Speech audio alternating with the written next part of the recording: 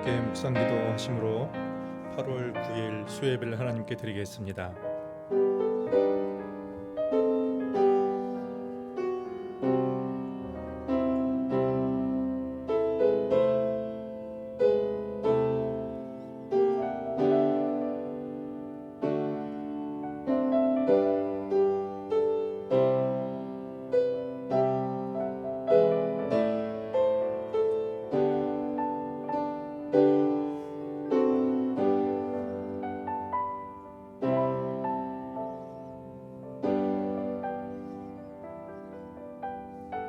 우리를 구속하사 예배하는 자녀로 삼기 위하여 여서 우리를 불러주신 아버지 하나님, 참으로 감사드립니다.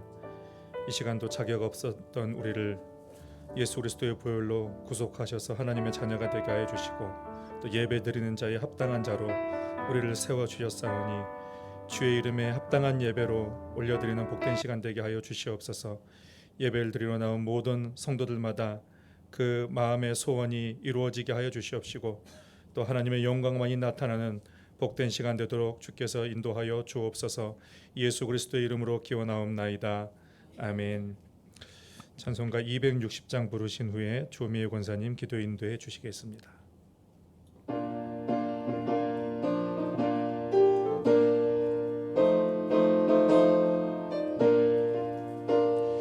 우리를 죄에서 구하시려 주 예수 십자가 지셨으니 기쁘게 부르세 할렐루야.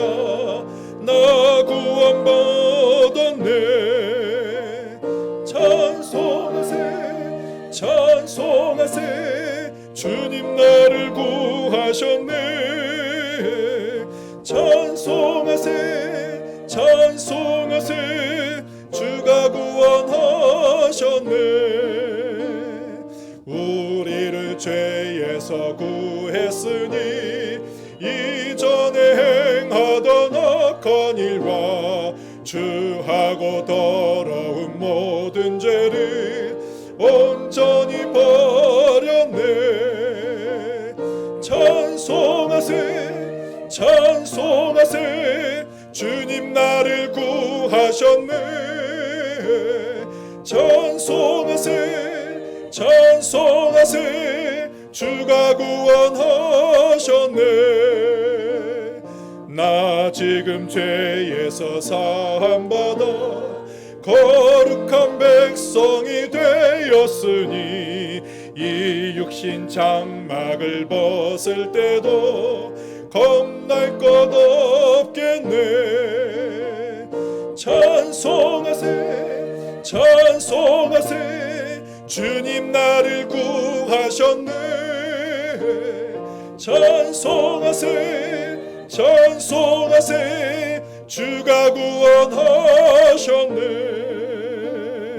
우리가 이 세상 떠날 때에 예수의 손목을 굳게 잡고 영원히 즐거운 천국에서 주 함께 살겠네.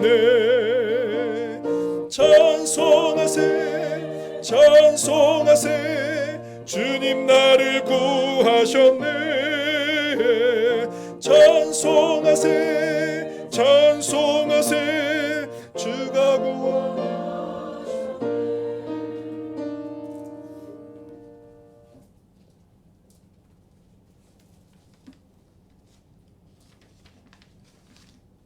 기도드립니다. 전지전능하신 하나님 아버지, 주님을 찬양합니다. 경배합니다. 우리의 예배의 자리로 모이게 하시니 감사드립니다. 주님께 드려지는 이 예배 기뻐 받아 주시옵소서. 이 시간 저희에게 회개의 영을 부어 주옵시고, 저희는 늘 주님의 생각보다 우리의 생각을 앞서갑니다. 또한 우리의 언행으로 판단하였습니다. 그 일들이 주님이 기뻐하시는 일인지도 분별할 수 없으면서도 행동해 왔습니다. 주님 용서하여 주옵소서. 주님 저에게 은혜를 베푸사 늘 주님 안에 거하게 하시고 그것을 기뻐하시는 주님 감사드립니다. 늘 우리의 기도에 귀 기울이시는 하나님, 동신교회가 주님 안에서 굳건한 믿음을 지키는 교회 되게 하옵시고 이번 주일 공동의회가 있습니다.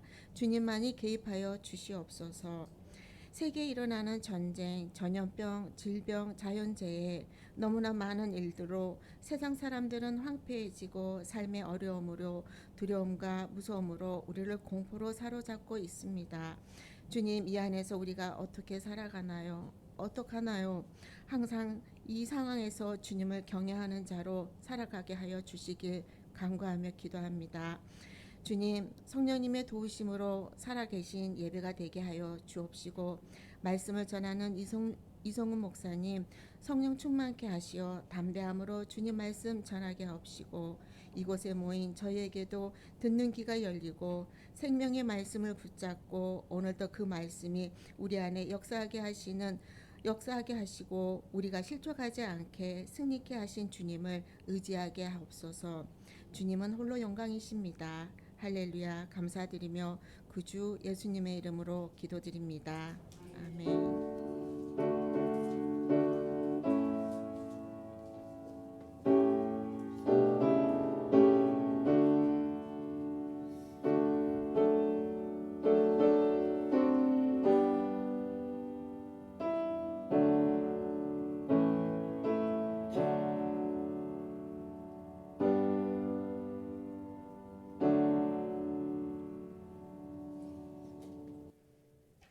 오늘 우리에게 주신 하나님의 말씀은 구약성경 출애굽기 3장 7절에서 8절 말씀입니다.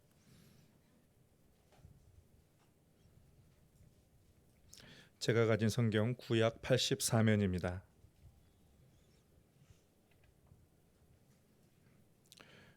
출애굽기 3장 7절로 8절까지의 말씀을 봉독할 때 하나님의 말씀을 경청하시기 바랍니다. 여호와께서 이르시되 내가 애굽에 있는 내 백성의 고통을 분명히 보고 그들이 그들의 감독자로 말미암아 부르짖음을 듣고 그 근심을 알고 내가 내려가서 그들을 애굽인의 손에서 건져내고 그들을 그 땅에서 인도하여 아름답고 광대한 땅 젖과 꿀이 흐르는 땅 곧 가나안 족속 헷 족속 아모리 족속 브리스 족속 히비 족속 여부스 족속의 지방에 데려가려 하노라. 아멘. 지금까지 제가 수요 예배 때 특별한 주제가 없이 한번 이제 레위기 제사에 대해서 말씀을 드렸었는데 이제 좀 그 책별로 좀 볼까 생각 중입니다. 그래서 오늘은 이제 오늘부터 출애굽기를 좀 보려고 합니다. 근데 사실 이 출애굽기는 제가 서울에 있을 때에 많은 목사님들이 한 자리에 모였었어요. 한 자리에 모였었는데 그때 출애굽기 성경 공부를 했습니다. 성경 공부를 했었는데 뭐 엄청나게 많은 목사님들이 모였죠. 그런데 그때 그 출애굽기를 통해서 제가 엄청나게 감동을 많이 받았어요. 그래서 내가 이 출애굽기를 꼭 내가 나중에 담임 목사가 되면 우리 성도님들과 같이 좀 나눴으면 좋겠다. 그런 마음이 있었습니다. 그래서 출애굽기를 선택을 했어요. 다른 거 다 할 수 있어요. 다른 거 할 수 있는데 그런데 이 출애굽기에 엄청난 인생과 신앙의 비밀 또 복음의 비밀이 담겨 있는 것을 성경 공부하면서 깨달았거든요. 그래서 우리가 이제 수요 예배 동안에 출애굽기 전체를 한번 보면서 그 복음의 비밀에 대해서 함께 여러분과 나누고자 합니다. 출애굽기는 복음을 그림 언어로 설명을 해주고 있어요. 그림 언어로 이렇게 묘사를 하고 있기 때문에 우리가 신약 성경에서 보는 그런 신약 성경에 나오는 많은 신학적인 용어들이 있어요.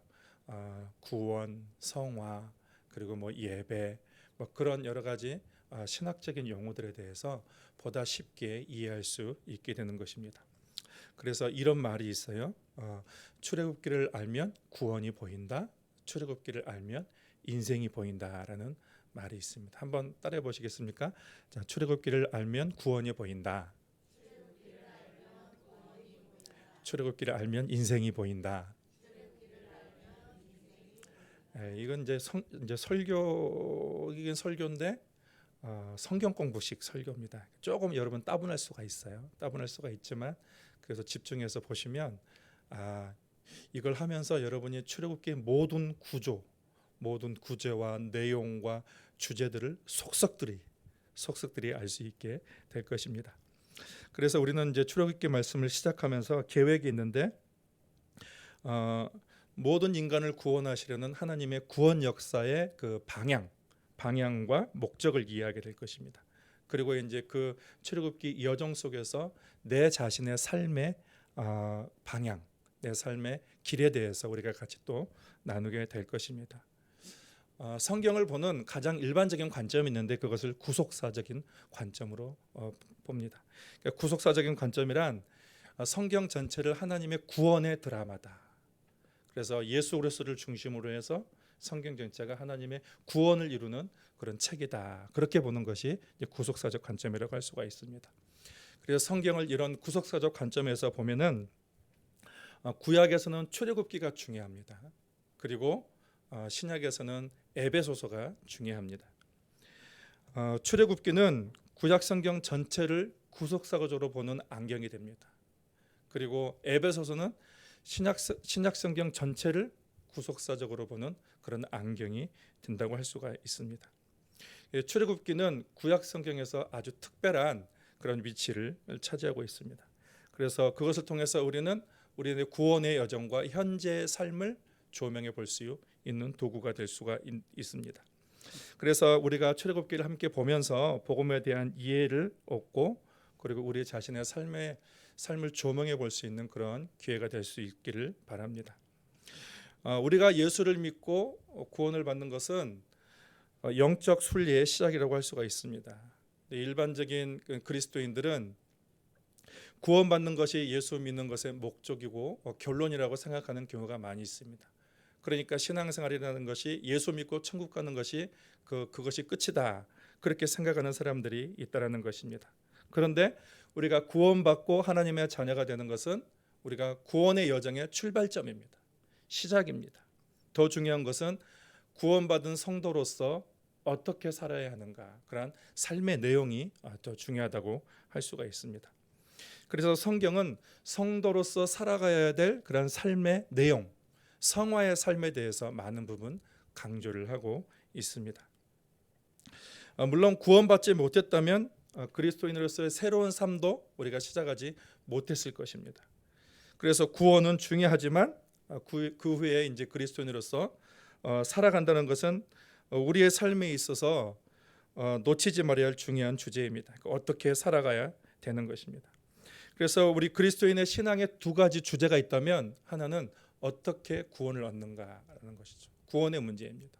또 하나는 구원받은 이후에 어떻게 살아야 되는가라는 그런 삶의 문제를 다루고 있다고 할 수가 있습니다. 그래서 우리는 수시로 우리 구원의 확신을 점검해야 돼요. 그리고 나의 삶을 점검해야 되는 거죠. 어떻게 우리가 구원의 확신을 점검할 수 있을까? 내가 지금 당장 죽어도 천국에 갈 수 있는가? 그것을 스스로 정직하게 물어보고 거기에 대해서 대답을 해보는 것입니다. 그러면 우리가 어떻게 또 우리의 삶을 점검할 수 있는가? 그 질문이라는 것은 지금 내가 살아가는 것이 하나님께 영광이 되는가? 지금 내가 하나님 뜻 가운데 있는가? 거기에 대한 물음에 대해서 답을 해보는 것입니다. 이 두 가지 질문에 대한 가장 정확하고 확실한 대답이 출애굽기에 나와 있습니다. 출애굽기에는 애굽에서 가나안으로 가는 그런 이스라엘 백성들의 그런 여정을 보여주고 있습니다. 그러니까 노예였던 사람들이 하나님의 자녀가 되고 또 바로와 우상을 섬기는 사람들이 거룩한 하나님의 백성으로 되어지는 과정을 보여주고 있습니다. 그리고 구원받은 성도가 이 땅을 살아가면서 어떻게 하나님의 복을 누릴 수 있는지 그런 것에 대해서도 보여주고 있습니다. 그래서 우리는 이러한 출애굽기의 여정 속에서 하나님이 제시해 주는 신앙의 목표와 방향을 알게 되고 동시에 우리의 사명도 발견할 수 있게 되는 것입니다. 출애굽기는 모든 그리스도인의 삶의 여정에서 지도와 나침반의 역할을 한다고 할 수가 있습니다. 자, 이제 우리가 출애굽기 안으로 한번 들어가 보도록 하겠습니다. 출애굽기의 히브리어 명칭은 그 처음 이스라엘의 모든 그 세 부분의 그 책들과 그런 성경들은 출애굽기 처음 시작하는 두 개의 단어로 이렇게 시작이 돼요. 첫 단어나 두 개의 단어로 시작이 되는데 히브리어 성경의 명칭은 베엘렛 쉐모트라는 그런 명칭입니다. 그러니까 이것의 뜻은 그리고 이것들이 뭐뭐의 이름들이다라는 것이에요. 여기서 이름들은 야곱과 그의 자녀들, 그러니까 애굽으로 들어간 그의 자녀들의 이름들이에요. 1절에 보면 이렇게 써 있어요. 야곱과 함께 각자 자기 가족을 데리고 애굽에 이른 이스라엘 아들들의 이름은 이러하니. 그러니까 그것이 이것들의 이름들이다. 그러니까 야곱과 그의 자녀들의 이름들. 그것을 따서 히브리어 성경의 명칭, 원어 성경에는 그렇게 되어 있습니다. 근데 이 히브리어 성경을 헬라어로 번역한 70인역이 있어요. 이 70인역에는 이 출애굽기를 뭐라고 명칭을 했냐면 엑소더스라고 했습니다. 엑소더스. 그러니까 이것은 출애굽기 19장 1절을 근거로 그렇게 지은 거예요. 19장 1절을 한번 보시면 이스라엘 자손들이 애굽 땅을 떠난 지 3개월이 되던 날 떠났다. 애굽을 떠났다. 그래서 이것이 엑소더스라는 것이 떠나다. 그리고 출발하다, 나가다, 탈출했다라는 뜻입니다. 그래서 이 뜻을 가진 70인역의 그 엑소더스가 이제 앞으로 성경의 여러 가지 사본과 번역본 또 영어 성경에서도 똑같이 엑소더스라는 그런 이름을 명칭을 사용하고 있습니다. 그리고 우리가 읽고 있는 우리말 성경에도 출애굽기라는 그런 명칭으로 그 70인역의 이름을 따서 그렇게 사용을 하고 있습니다. 그래서 애굽으로부터의 나감이란 뜻이죠. 애굽으로부터의 나감. 그러니까 구체적으로 굉장히 그 명칭을 잘 지었다라고 우리가 볼 수가 있습니다. 다음으로 출애굽기의 저자는 모세로 우리가 인정을 하고 있습니다. 그리고 출애굽기의 기록 시기는 요셉을 알지 못하는 왕이 나타났다라고 했어요. 근데 그 시기가 언제냐면 주전 1600년에서 1300년 사이 그렇게 출애굽기의 기록 시기로 그렇게 인정을 하고 있습니다. 출애굽기의 내용은 우리가 보면 창세기하고 연결되어 있어요. 그러니까 창세기와 함께 연결되어 있는 책입니다. 출애굽기는 창세기는 청지 창조로 시작을 해서 아브라함의 후손인 야곱 그리고 야곱의 그 아들 중에 애굽의 총리가 되었던 요셉을 통해서 야곱의 후손들이 어떻게 애굽에 들어갔는가 그 내용까지 기록하고 있습니다. 그래서 애굽에서의 생활까지 기록을 하고 있습니다.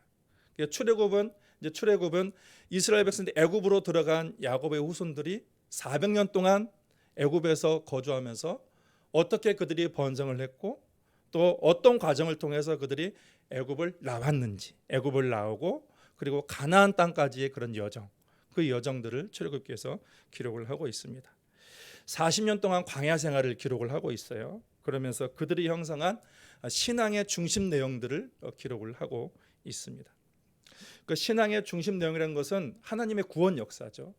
그러니까 1장부터 출애굽기가 40장까지 되어 있는데 1장부터 40장까지가 하나님께서 이스라엘 백성들을 구원하여서 이끌어가는 그런 과정들. 그래서 우리의 구원과 성화의 삶 그거에 대해서 보여주고 있습니다.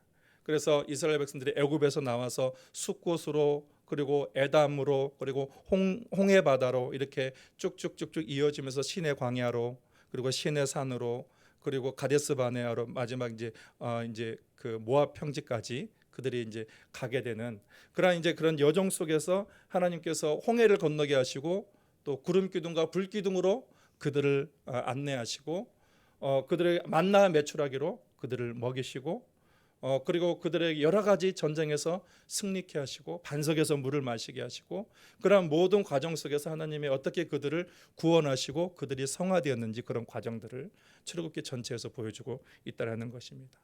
그리고 우리가 또 출애굽기에서 알 수 있는 중요한 내용은 율법의 기원이죠. 율법의 기원과 중요성이에요. 그래서 그것이 율법이라는 것이 출애굽기 19장부터 24장까지 기록이 되어 있습니다. 그것은 우리의 말씀 생활, 우리의 신앙 생활에 대해서 삶에 대해서 언급을 하고 있죠. 그리고 마지막으로 성막을 준비하죠. 제사를 위한 성막을 준비하는데 그것이 출애굽기 25장에서 40장까지 쭉 기록이 되어 있습니다. 그것은 우리의 예배의 삶, 예배의 삶의 기원 그것을 우리에게 보여주고 있습니다. 그래서 오늘 본문을 출애굽기 3장 7절에서 8절까지의 말씀으로 우리가 했습니다. 그래서 이것을 한 번 더 같이 한번 합독해 보겠습니다. 여기에 어떤 의미가 있는지 한번 생각해 보시면서 같이 읽도록 하겠습니다. 여호와께서 이르시되 내가 애굽에 있는 내 백성의 고통을 분명히 보고 그들이 그들의 감독자로 말미암아 부르짖음을 듣고 그 근심을 알고 내가 내려가서 그들을 애굽인의 손에서 건져내고 그들을 그 땅에서 인도하여 아름답고 광대한 땅, 젖과 꿀이 흐르는 땅, 곧 가나안 족속, 헷 족속, 아모리 족속, 브리스 족속, 히위 족속, 여부스 족속의 지방에 데려가려 하노라. 아멘. 여러분, 이것이 굉장히 중요한 말씀이에요. 출애굽기 전체를 보여주는 그런 말씀입니다. 그래서 여기에는 하나님의 마음이 표현되어 있는데 7개의 동사로 되어 있어요. 7개의 동사로 되어 있는데 여기 동사에 보면은 먼저 뭐가 나와 있냐면 보고, 그 다음에 듣고, 알고, 내려가서 건져내고, 인도하여 데려가려 하노라. 그렇게 7개의 동사로 되어 있습니다. 이것이 동사로, 그러니까 하나님의 역사가 동사로 되어 있다는 것이 이 신앙이라는 것이 단순히 이론이 아니라는 거예요. 교리가 아니고 실천적인 삶이라는, 실제적인 삶의 이야기라는 것을 보여주고 있습니다. 그리고 말씀을 깨닫고 이해하는 데 그치는 것이 아니라 그것이 경험되어진다는 거예요. 하나님은 역사하시는 하나님이라는 거예요. 그냥 교리적인 하나님이 아니라 살아서 역사하시는 하나님인 것을 이러한 동사로서 보여주고 계시는 것을 얘기하고 있습니다. 그래서 그것도 우리가 경험되며 또 삶으로 살아내야 한다는 것을 우리에게 보여주고 있습니다. 그래서 우리가 출애굽기를 볼 때에 이 출애굽기와 함께 신약의 성경을 연관시켜서 우리가 보게 될 것입니다. 연관시켜서 보게 되고, 그리고 이제 그들이 받은 그런 율법, 또 성막 제사, 그런 제도들, 그런 것들이 어떻게 우리의 예배의 삶과 연관되었는지도 우리가 보게 될 것입니다. 그리고 그 출애굽기의 이스라엘의 해방과 구원의 역사가 어떻게 그리스도의 십자가와 연결되어 있는지 우리가 그런 것도 같이 살펴보게 될 것입니다. 그래서 우리가 출애굽기를 보면서 출애굽기 전체를 한번 우리가 이제 훑게 되면서 출애굽기를 더 깊이 이해할 수 있고 복음이 무엇인지 여러분과 함께 나누게 될 것입니다. 오늘은 이러한 동사를 중심으로 해가지고 출애굽기 전체를 한번 보도록 하겠습니다. 먼저는 보고 듣고 알고입니다. 따라해 보시겠습니까? 보고 듣고 알고. 하나님께서 구체적으로 이렇게 하셨다는 말씀이죠. 7절을 다시 한번 읽겠습니다. 여호와께서 이르시되 내가 애굽에 있는 내 백성의 고통을 분명히 보고 그들이 그들의 감독자로 말미암아 부르짖음을 듣고 그 근심을 알고. 하나님께서 이스라엘 백성들의 모든 것을 보고 그 다음에 듣고 알고. 그러니까 본다는 것은 우리의 시각이죠. 듣는 것은 청각이죠. 그리고 안다는 것은 우리의 뇌의 그런 영역이죠. 생각과 마음의 영역입니다. 보고 듣고 아시는 하나님. 그러니까 하나님께서 이스라엘 백성들이 애굽의 종살이에서 고통당하는 모습을 보셨다는 것입니다. 그러니까 하나님은 보시는 하나님이요, 감찰하시는 하나님이요. 그러니까 당신의 백성들의 모든 삶을 구체적으로 보시는 하나님. 하나님은 보시는 하나님뿐만 아니라 하나님은 또 들으시는 하나님이에요. 어떤 것을요? 우리의 마음속에 고통을 들으시고 또 우리의 기쁨을 또 들으시는 하나님이에요. 그래서 애굽 사람들이 그렇게 오랫동안 그렇게 고통을 당하는 그러한 것들을, 그 부르짖는 소리를 하나님께서 들으셨다라고 했어요. 그리고 그것뿐만 아니라 하나님은 그러한 모든 상황을 인식하고 아시는 하나님. 구체적으로 하나님은 아시는 하나님이에요. 그러니까 굉장히 세밀하게 묘사가 되어 있어요. 그러니까 하나님에 대해서 하나님의 어떻게 우리의 삶을 보시는지, 그리고 어떻게 우리의 소리를 들으시는지, 어떻게 우리의 상황을 아시는지에 대해서 이 세 개의 동사가 굉장히 세밀하게 하나님에 대해서 알려주고 있습니다. 그러니까 하나님은 우리의 모든 것을 보고 듣고 아시는 하나님이에요. 이제 여러분 이제 출애굽기 하는 동안 이 7가지 동사를 다 외우셔야 됩니다. 보고 듣고 알고입니다. 그래서 본문에 보면 하나님께서 이렇게 애굽의 그 고통당하는 모습을 보시고, 그리고 그들의 부르짖음을 들으시고 그들의 모든 상황을 아시는 하나님. 이 하나님께서 이제 그 다음에 어떻게 하신가? 이제 사람을 준비하시죠. 그 준비하신 사람이 누구예요? 모세죠. 모세를 통해서 이제 어떻게 하시냐? 이제 두 번째는 따라해 보시겠습니까? 내려가서 보고 듣고 알고는 1장부터 2장까지입니다. 그리고 또 내려가서라는 것은 3장부터 11장까지 그 이야기라고 할 수가 있습니다. 그래서 본문 8장에 보면은 8절에 보면은 내가 내려가서 그렇게 말씀하십니다. 그러니까 이스라엘의 모든 상황을 파악하신 하나님께서 이제 때가 되셔서 하나님이 내려가신다. 하나님이 내려가신 이유가 뭡니까? 보고 끝나는 하나님이 아니에요. 보고 그냥 끝나는 하나님이라면 우리와 아무 상관이 없습니다. 하나님은 그 삶의 현장 가운데로 내려가시는 하나님. 그러니까 삶의 현장으로 찾아오시는 그런 하나님이에요. 그런데 누구를 대행자로 보내십니까? 하나님께서 내려오시는데 하나님께서 직접 일하지 아니하시고 대행자를 보내시는데 그 대행자가 모세입니다. 그래서 우리가 모세를 통해서 알 수 있는 내용은 하나님은 사람을 통해서 역사하신다. 사람을 보내서 역사하신다. 그러니까 하나님은 모든 것을 하실 때에 직접 행하지 아니하시고 그리고 2000년의 기독교 역사 동안 하나님께서는 사람을 보내시는 거죠. 사람을 보내셔서 오늘까지 교회를 이어오게 하시는 하나님이십니다. 하나님은 오늘도 대행자를 보내세요. 당신의 대행자를 보내시는데 그 대행자가 누구예요? 저와 여러분입니다. 그러니까 우리는 오늘날의 모세로 살아가는 존재가 되어야 한다는 것입니다. 이것이 바로 소명이죠. 부르심이죠. 그래서 우리는 그 부르심에 순종을 해야 되는 거예요. 하나님께서 오늘도 이 백성들의 고난당하는 사람들의 삶 가운데 사람을 보내신 거예요. 하나님의 일하시는 방법이에요. 하나님이 내려오셨다 그것을 가장 잘 보여주는 분이 누굽니까? 예수님이죠. 예수님이 직접 우리의 삶 가운데 내려오신 거죠. 뭘 하시려고 내려오셨습니까? 그 다음에 건져내고, 따라해 보시겠습니까? 건져내고, 건져내기 위해서. 이것은 이제 12장을 말하고 있습니다. 그래서 그들을 애굽인의 손에서 건져내고 그렇게 말씀하고 있습니다. 하나님은 친히 내려가셔서 이스라엘 백성들을 건져내시는 하나님이에요. 1차적으로는 노예 생활에서 고통당하는 이스라엘 백성들을 건져내기 위해서 내려오신 것이죠. 그리고 또 본질적으로는 이스라엘을 죄악의 현장에서 건져내기 위해서, 그래서 하나님께서 내려오신 것입니다. 이스라엘의 가장 시급한 문제는 그들이 죄와 우상 숭배로 인한 그런 결과로 인한 하나님의 심판이었습니다. 그래서 하나님의 백성이 애굽 사람과 전혀 다름없이 그들과 똑같은 삶에 익숙해 있었던 것입니다. 이것은 바로 그들의 정치적인 압박보다도 또 경제적인 수탈보다도 더 중요한 우선적인 해결해야 될 문제였던 것입니다.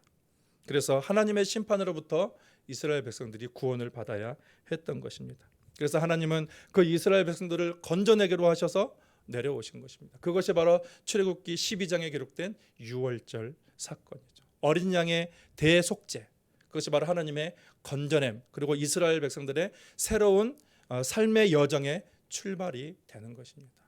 하나님께서 애굽의 마지막 재앙을 내리실 때에 양의 피를 발라서 이스라엘 백성들에게 문 좌우설주 임방에 바르라고 했습니다. 그때에 그것을 바르지 아니한 애굽의 모든 초태생은 다 죽었으나 그렇지만 어린 양의 피를 바른 그런 이스라엘 백성들의 모든 그 집은 그냥 넘어갔습니다.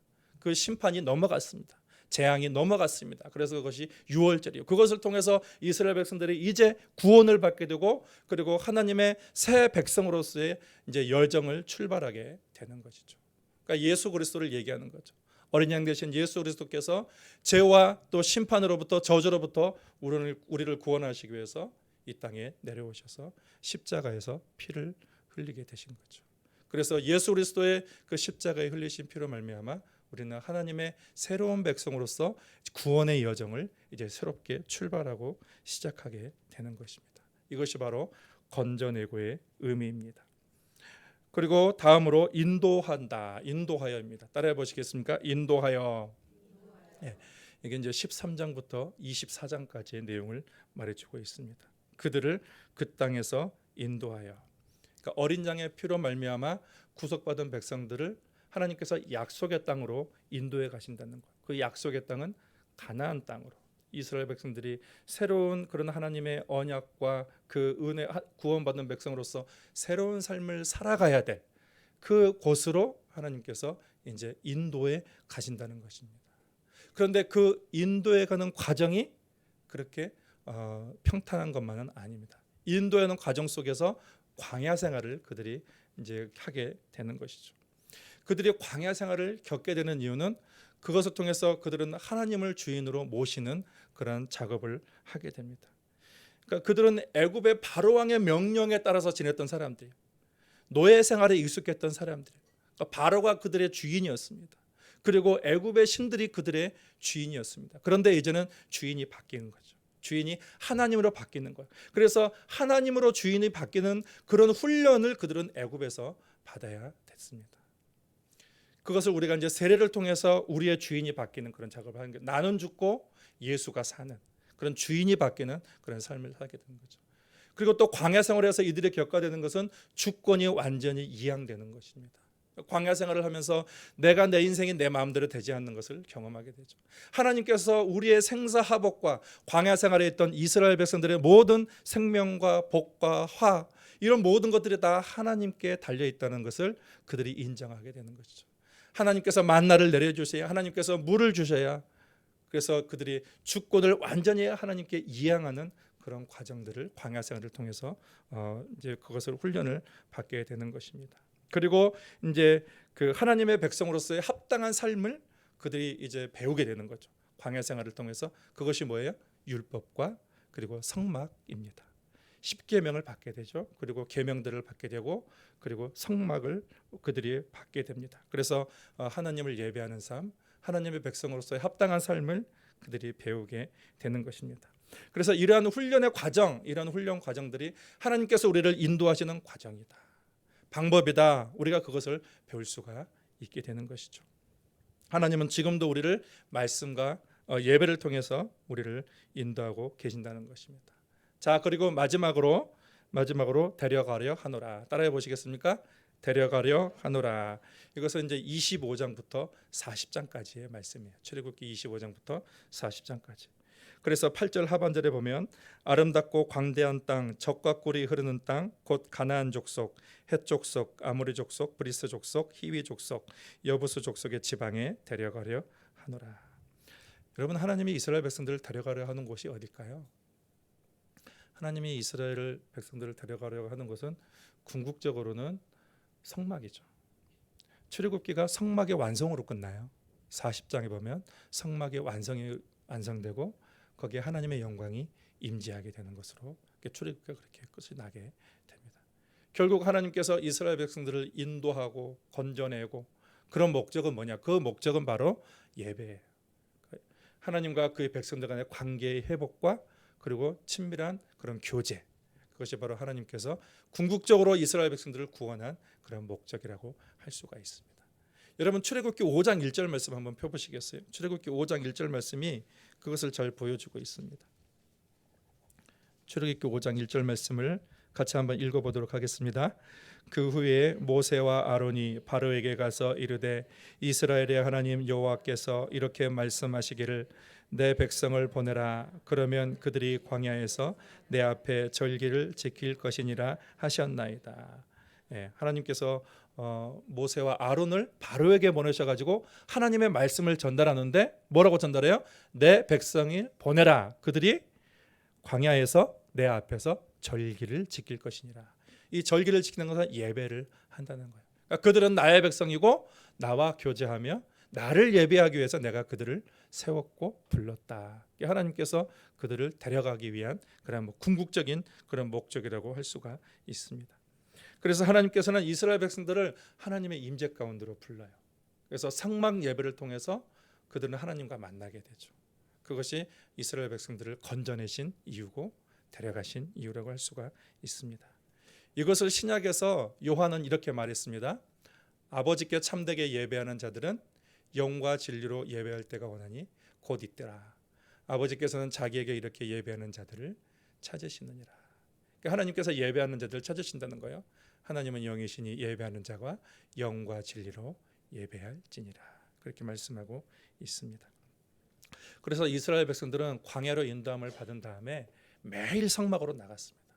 매일 성막으로 나가서 그곳에서 하나님을 배웠습니다. 그리고 하나님을 예배하는 사람이 되었습니다. 그래서 성막은 예배를 통해서 하나님과 인간이 만나는 그런 장소가 되는 것이죠. 하나님이 이스라엘 백성들을 데려가신 이유는 궁극적으로는 예배입니다.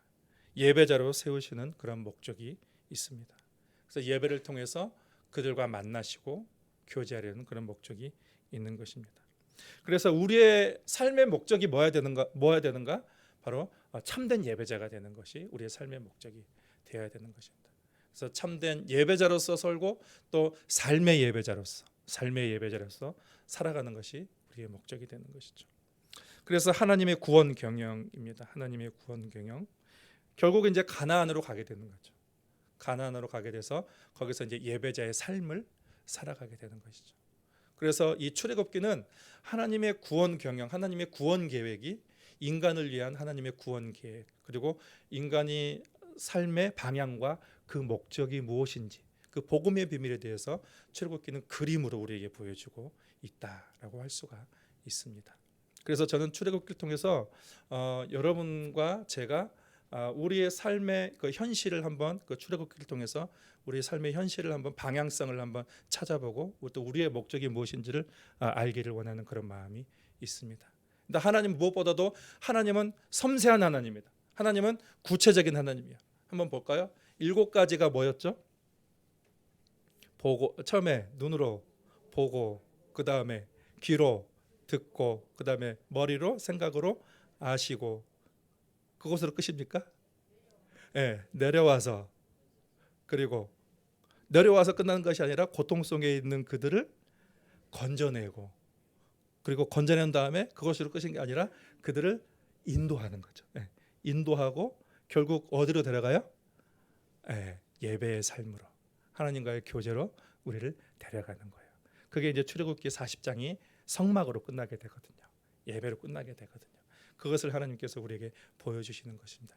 이제 이 그 3장 7절 8절을 중심으로 해서 전체를 한번 우리가 이제 살펴볼 거예요. 하나님께서 무엇을 보셨고, 그리고 무엇을 들으셨고, 하나님께서 무엇을 아시고, 또 어떻게 내려와서 그리고 그들을 건져내고 인도하고 또 어디로 궁극적으로 데려가는지 우리가 출애굽기를 전체적으로 보게 될 것입니다.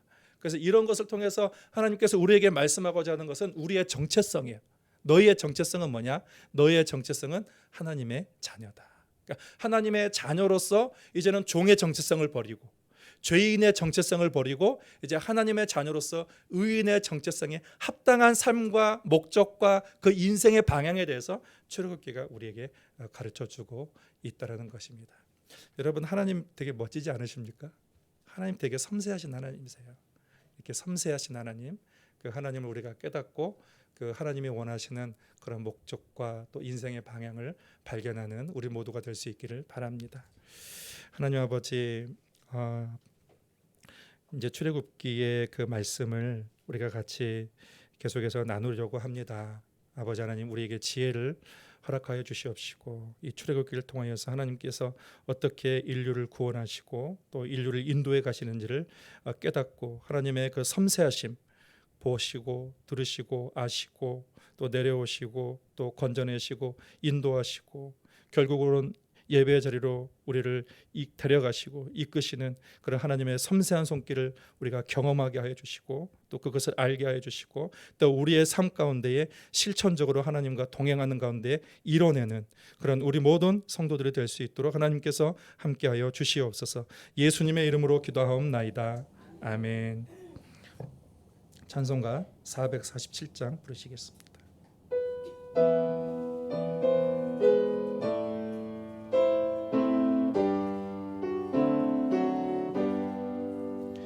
이 세상 끝날까지 주 섬겨 살리니 내 친구 되신 주여 늘 함께 하소서.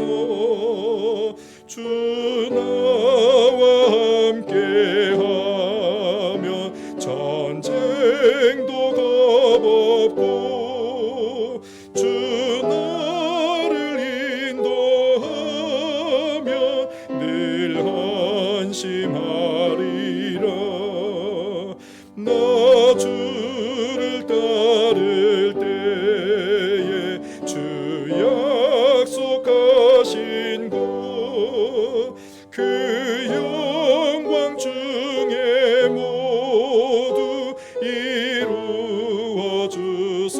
하소서. 나 주의 뒤를 따라 섬기며 살리니 그 크신 은혜 속에 날 인도하소서. 이 세상 온 가시와 내 마음을 흔들고 착한 원수들이 안팎에 있으나 주 나를 돌보시사 내 방패 되시고 내 옆에 계신 것을 늘 알게 하소서. 저 영광 빛난 곳을 주 허락했으니 그 허락하신 곳을 늘 사모합니다. 끝까지 쉬지 않고 주 따라가리니 주 넓은 사랑으로 늘 인도하소서.